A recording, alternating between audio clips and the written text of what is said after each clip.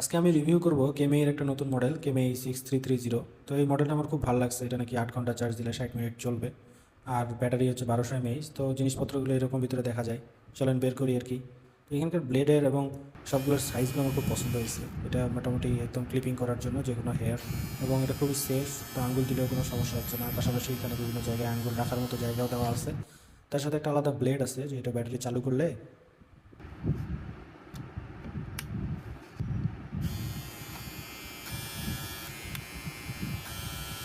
ঠিক এরকম শব্দ করে আর কি। এখন আমরা একটু দেখি যে এখানে লাইট, আর এখানে যে দুইটা ব্যাটারি দেওয়া আছে রিমুভেবল, এবং এগুলো রিচার্জেবল।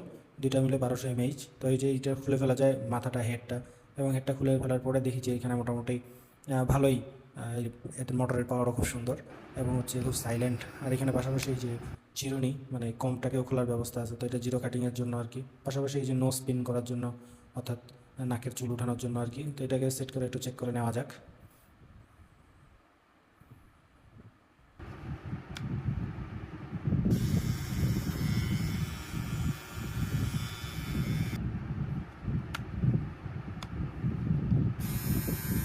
সাউন্ডটাও ভালো আসে, পাশাপাশি এই যে ইঞ্জিন অয়েল তো এখন এই পাশাপাশি এটা এখানে লাগাই সেট করে দিলেই হচ্ছে এরকম। তো জিনিসটা বেশ ভালোই, মোটামুটি 1000 টাকার মধ্যে খুবই সুন্দর একটা জিনিস, এবং মোটামুটি কমপ্লিট সেট।